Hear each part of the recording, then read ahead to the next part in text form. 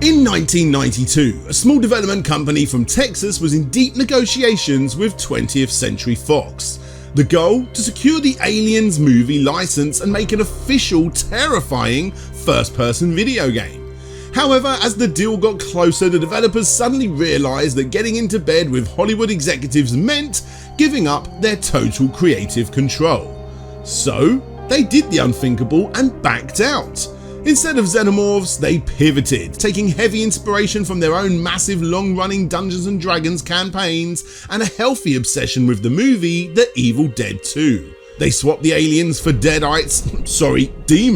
from hell, and just like that, id Software created Doom. But you probably already knew that. And look, I've absolutely nothing against the Alien franchise, it's bloody brilliant. But looking back at how Doom completely revolutionised the entire gaming industry, I think it's safe to say that they made the right choice. Now, we recently looked at games that started their life as movie and TV licenses before the license got yanked away from them, forcing terrified developers to frantically scramble, swap sprites and rename characters just to fix it. Well, the comment section on that video absolutely blew up, with so many great suggestions that I simply had to do a follow-up. So here we go again, as we look back at several movie franchises and TV franchises that didn't get made and at the last minute had to sprite swap. And we're going to start off with a particular franchise that, if it went ahead, it would have been quite bad.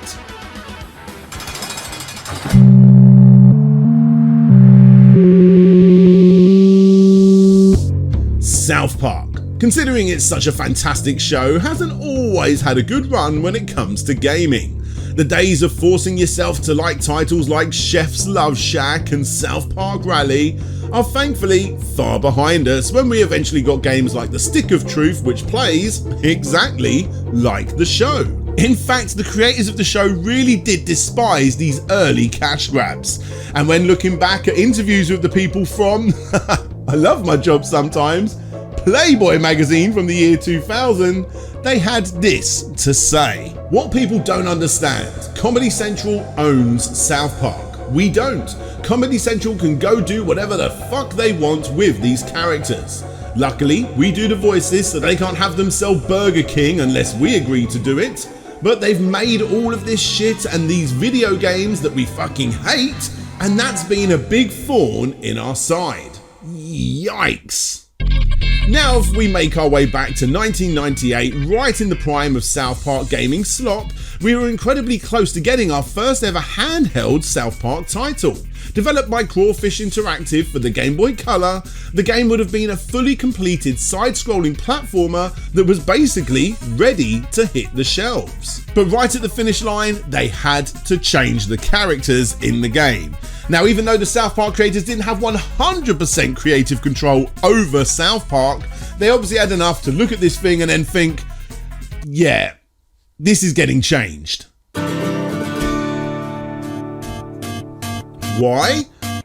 Well, they explicitly stated that the game would not be fitting on the Game Boy Color because Nintendo's handheld was heavily marketed towards children. The creators were very protective of the show's adult-orientated context, with Matt Stone stating in that same interview, "We don't want parents to think South Park is a fucking Saturday morning cartoon. It's not. It's not that we're trying to hide anything from parents, and that's the biggest misconception. We're trying to make stuff for people who understand, and we want people to know what they're in store for." And 26 years later, they added South Park into Fortnite. Anyway, obviously their opinion mattered, and they were able to pull the plug on this South Park license for this Crawfish Interactive video game, which left Crawfish in a weird situation. They had a 100% completed game, and they needed to change it quick, which was when they decided to go shopping for another license. And by doing so, they ended up pulling off one of the most utterly baffling IP swaps in gaming history. Now, to be fair, the gameplay was so generic in this game that you could have really sprite swapped this for absolutely anything. Which is exactly what they did. They changed the most foul-mouthed cartoon on television at the time into one of the most kid-friendly TV shows on television at the time.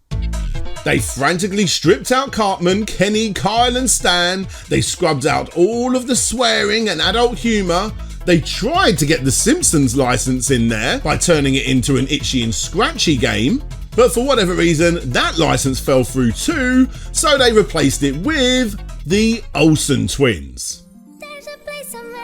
Yep, I'm deadly serious. The gritty adult-themed South Park platformer was hastily reskinned, repackaged and released in 1999 as the new adventures of Mary, Kate and Ashley. Because they had so much leftover code, they actually reused the engine again for a second Game Boy Color game in the year 2000 called Mary, Kate and Ashley Get a Clue. And over in Europe, they even used the exact same engine again to make a game based on the kiddie cartoon Maya the Bee and Her Friends.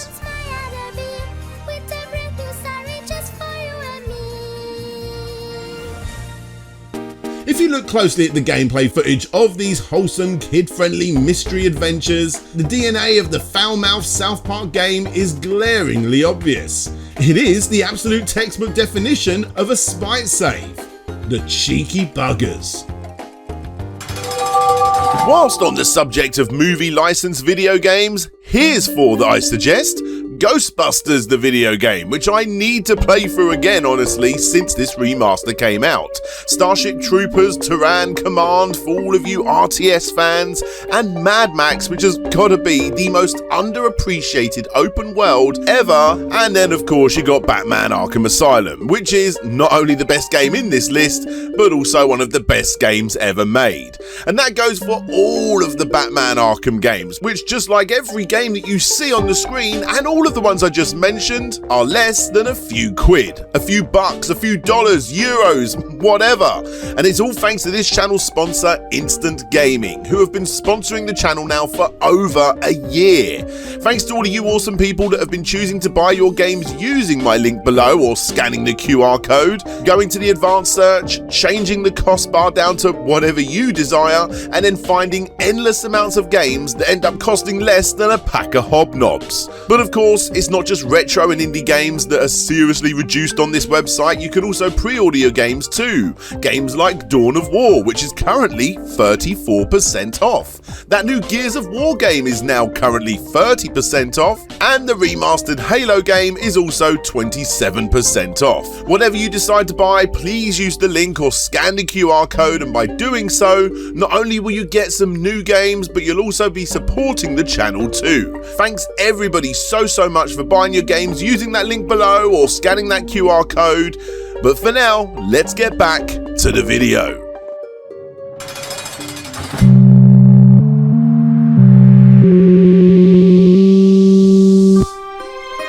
Now, when you think of The Godfather, what comes to mind?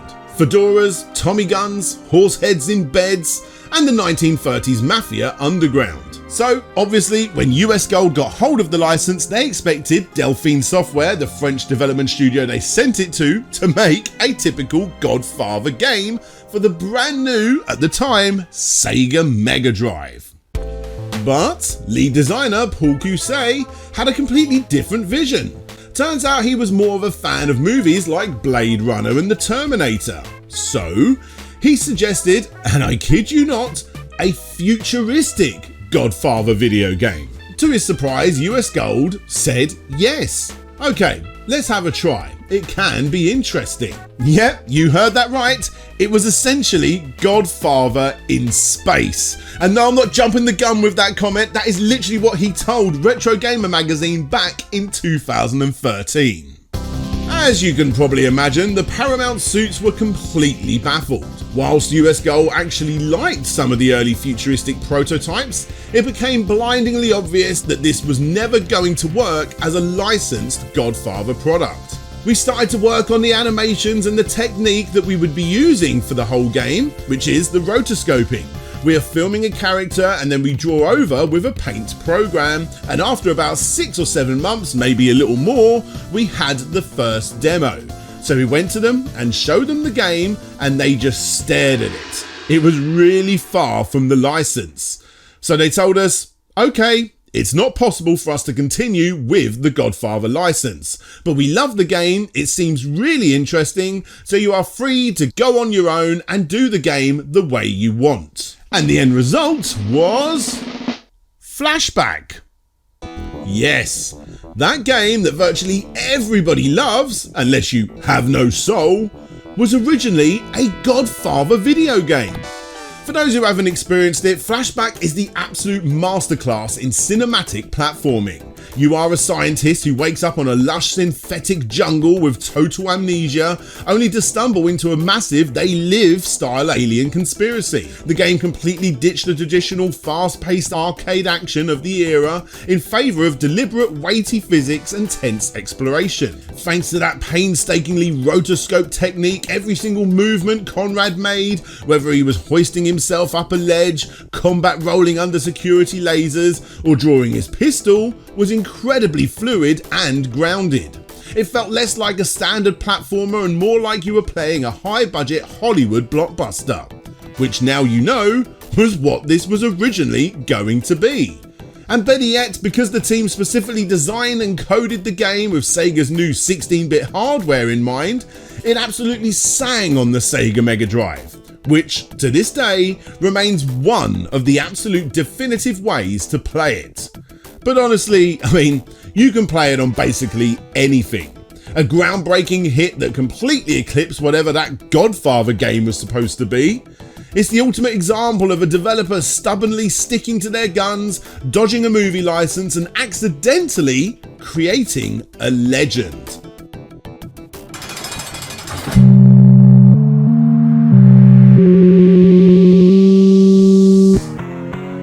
Let's talk about James Bond.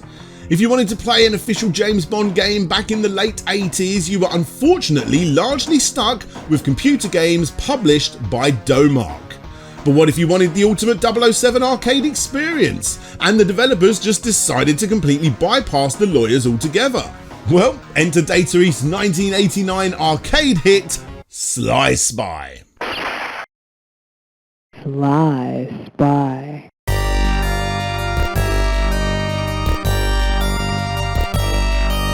This game is the absolute textbook definition of a cheeky bootleg. While it was obviously unofficial and completely unlicensed, Sly Spy is basically a James Bond game in everything but the name. You play as a secret agent fighting an evil underground syndicate called the Council for World Domination, which is essentially just Spectre. The game blatantly lifts from the movies. You got a James Bond Wolf for PPK gun, you got a golden gun, bad guys who look exactly like Jaws and Oddjob, and even a final sequence that's ripped directly from the movie Moonraker. You could even enter your own code number at the start of the game, and I wonder what number people chose to put in. Data East basically built an incredibly slick James Bond game just without the James Bond name, and they got away with it completely copyright free. However, if we move forward a decade, let's look at another example which is the complete opposite. A studio that was given the keys to the James Bond license before they decided to give them back.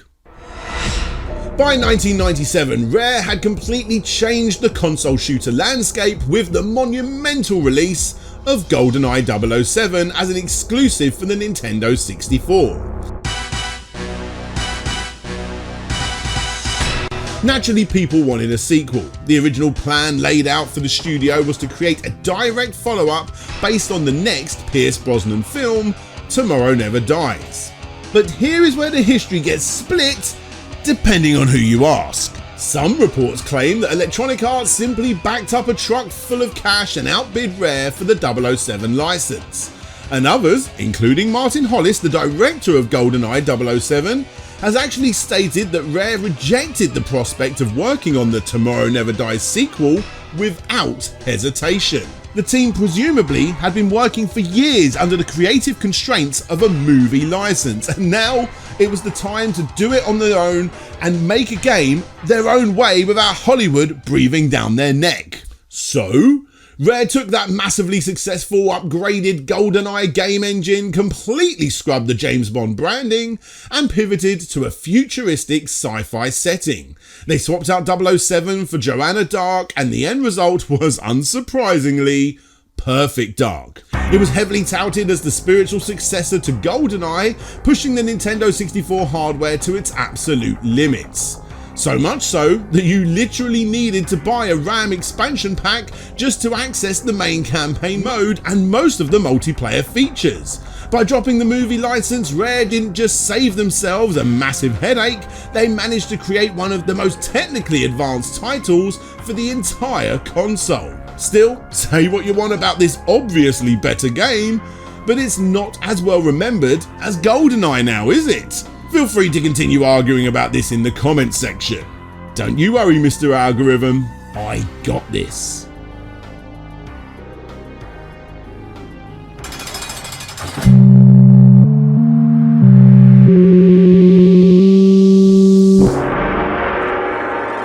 Now, when you think back at the granddaddy of one-on-one fighters, Mortal Kombat is going to be pretty high up that list. Although it almost didn't happen, and honestly, I am a little bit upset that it did. Look, don't get me wrong, I love me some Mortal Kombat, more so the original trilogy than anything else. I love the music, I love the characters, and of course, I love most of the movies. In fact, here's a little history piece for you, a little personal history piece. I remember when I was like, 11 years old, I went round my mate's house and we watched Mortal Kombat the movie for the first ever time, and already it was a cool thing to do because, it was a 15 rated movie and I was, like I say, I think I was about 11, maybe even 10 years old. And I remember at the end of that film, when they all did their poses at the end of the movie, the big stone Mortal Kombat logo slammed forward, you had the techno music blaring, you had the screaming Mortal Kombat. I just looked over at my mate and was like, that was the greatest movie I've ever seen in my life. I'm actually getting goosebumps thinking about that time back then. Now look, I have grown up slightly since those days, and obviously, even though it's still a fun movie, I understand that Mortal Kombat isn't the greatest film ever made. There's plenty of other movies out there that are obviously better than Mortal Kombat, including my previous favourite film of all time. Who's the master? Show up! Who's the master? Show up! Who's the master? Show up! No, not The Last Dragon. Bloodsport. Actually, you know what? I can't quite decide. Feel free to argue amongst yourselves in the comments section. This story brings us nicely full circle, back when Ed Boon and John Tobias were first dreaming up a new fighting game for Midway. They didn't actually set out to build an original fantasy bone-breaking franchise, but instead they wanted to make an official arcade game starring Jean-Claude Van Damme, heavily inspired by my previous favourite action flick, Bloodsport. The team even put forward a playable concept demo using digitised sprite work based on Van Damme's actual film appearances. The plan was locked, supposedly the engine was built too, all they needed now was to get the official licence. Unfortunately, the deal completely fell through. Whether it was a scheduling conflict or the actor passing on the project, Midway suddenly found themselves with a finished fighting engine and no Jean-Claude Van Damme to headline it. Most companies would have panicked by this point, but thankfully, these guys decided to pivot. They took the cocky, split-kicking movie star archetype that they had designed for Van Damme, completely retooled his backstory and turned him into an original character, Johnny Cage. They even kept a direct tribute to the original inspiration by giving him a certain move that looked like it came straight from the movie. Yes, I know it's sacrilege to want a Bloodsport video game over a Mortal Kombat video game, and I mean, honestly, I don't really believe that, but I would like to take a sneak peek into that alternative timeline where that did happen. I would love to have seen a proper Bloodsport style game in the style of Mortal Kombat. And in yet another glorious full circle moment, Decades later, the developers finally got their wish, officially adding Jean-Claude Van Damme's actual voice and likeness into the series as a premiere skin for Johnny Cage.